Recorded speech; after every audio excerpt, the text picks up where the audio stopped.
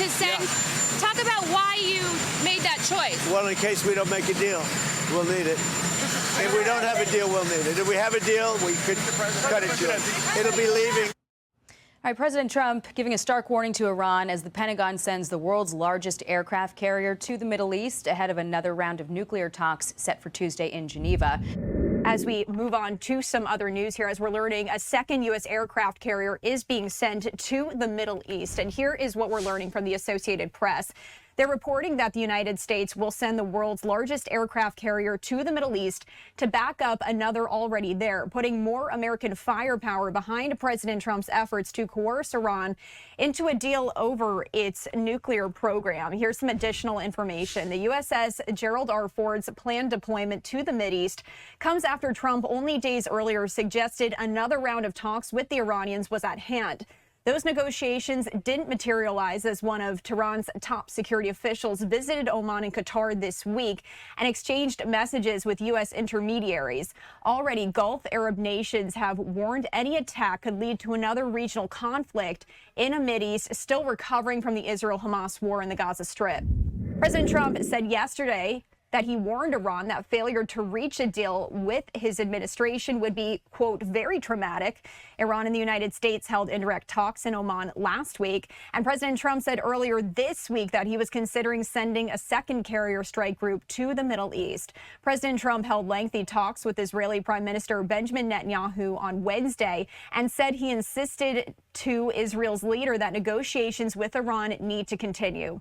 Netanyahu is urging the administration to press Tehran to scale back its ballistic missile program and end its support for militant groups such as Hamas and Hezbollah as part of any deal. The USS Ford set out on deployment in late June 2025, which means the crew will have been deployed for 8 months in 2 weeks' time. It is unclear how long the ship will remain in the Middle East, and the White House didn't immediately respond to a request for comment as of this morning. So we continue to follow that breaking news here as well. They had a chance to do something a while ago, and it didn't work out, and we did Midnight Hammer. I don't think they want that happening again, but they would like to negotiate. Shalom. I want to give all praise, honor, and glory unto Yahweh, Bahashem, Yahweh Shai, Bahashem, Racha Kodash. Forgive me the spirit and power to make this lesson. Double honors unto the elders and apostles of Great Millstone that teach this truth in Ruel. Wabarakatham unto the elect. This is the brother Gabar. I'm back with another lesson. Okay, and this is gonna be over. All right, Babylon the Great, America. All right, and Iran, and what's going on between them. All right, this feud. All right, you got ultimately America backing Israel. Okay, and you know, Donald Trump saying that, hey, we need to get a deal that's gonna benefit us, or else it could be another midnight hammer. All right, we're gonna attack. Okay, if not. All right. So it's very, very hot right now, and they're sending that, you know, they're sending those weapons out there, basically. Okay, those ships, all right, and stuff, those warships out there to Iran, all right, which is set to arrive out there very soon. Okay, and this is all very, very recent news. Okay, within a couple of days to a week's past. All right, so hey, we're here. Okay, America thinks it's just gonna bully everybody and hammer everybody, and that's just it. No, pursuant to the scriptures, okay, the other nations are gonna burn America. That's gonna be the end of this war. Okay, let me grab this. And Russia's gonna have a big hand in this. Okay. Revelation chapter 17 and verse 16. And the 10 horns which thou sawest upon the beast, these shall hate the whore, right? Even the allies of Babylon, of America, are gonna turn on her. All right. The vassal states, okay, and everything. It's all gonna fall on America. It's all gonna fold. Okay, and this place is gonna be destroyed. All right. It says, Revelation 17 and 16, and the 10 horns which thou sawest upon the beast, these shall hate the whore, all right, America, and shall make her desolate and naked, and shall eat her flesh and burn her with fire. That's the end of this place. Fire. Okay. Now let's get the next verse, verse 17. For God hath put in their hearts to fulfill his will. So this is the will of the Most High, that they were going to be ruling for a certain amount of time, hammering everybody, and then get hammered, and ultimately by the Lord when he returns. Okay, as the other nations are going to shoot missiles on this place. All right, but ultimately, all right, as this place is destroyed, all right, Yahweh Shai is going to destroy this place. All right, Yahweh Shai is going to take the crowns from all of these realms, all of these different nations around us. Salakia. All right, but yes, the heathen nations. All right, the Lord is going to take them all down, including Esau, Edom. All right, the wicked. Okay.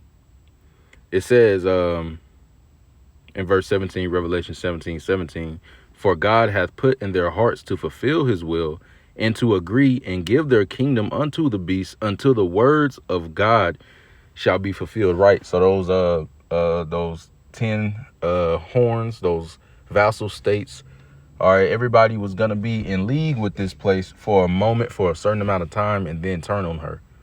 All right. And this is the will of the Most High. So it doesn't matter what they say. It doesn't matter the peace that they want to create. Well, we got peace in the Middle East, peace in the Middle East, this, that, whatever. It doesn't matter, because the will of the Lord is going to stand. His counsel, his pleasure is going to come to pass. All right. Let me grab that. All right. Because nobody can resist his will. Okay. This is Isaiah chapter 46 and verse 10, declaring the end from the beginning and from ancient times, the things that are not yet done, saying, my counsel shall stand and I will do all my pleasure. Right. And this is the Lord's pleasure to do what? All right. Something Yahweh Shai said. This is Luke 12:32. Fear not, little flock. All right. Speaking about us, the Israelites. For it is your Father's good pleasure, all right, his will, his good pleasure, for it is your Father's good pleasure to give you the kingdom, right, to take it from Esau, Edom, and to give it to us. Okay, now that we have the understanding that the Most High's will is going to be done no matter what. Okay, let's go here to 2 Ezra chapter 15 in the GNT. All right, starting at verse 14. It says, the world and the people in it are doomed. Now, if we stop there and just get the definition of doom or doomed, let me type in doomed definition. It says doomed on Google, likely to have an unfortunate or inescapable outcome, ill-fated, right? And who does fate belong to, right? Let me see if I can pull this. I remember reading this.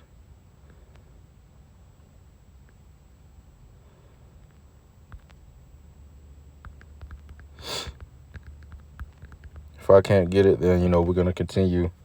Or if I can't find it, all right, we're just going to continue. All right. All right. But the Lord controls fate. All right. The future, what's ultimately going to happen no matter what. OK, because you cannot deliver out of his hand. You can't escape his will. Right. So this is inescapable. All right. It is inescapable. Doom, it says condemned to certain destruction or death, right? Doom is coming. This place is doomed. There's no way out of this, all right? They think they're going to go over there to the Middle East, hammer Iran, and just do what they've been doing, and nothing's ever going to happen. They're going to reign forever. But that's not the plans of the Most High, which is inescapable.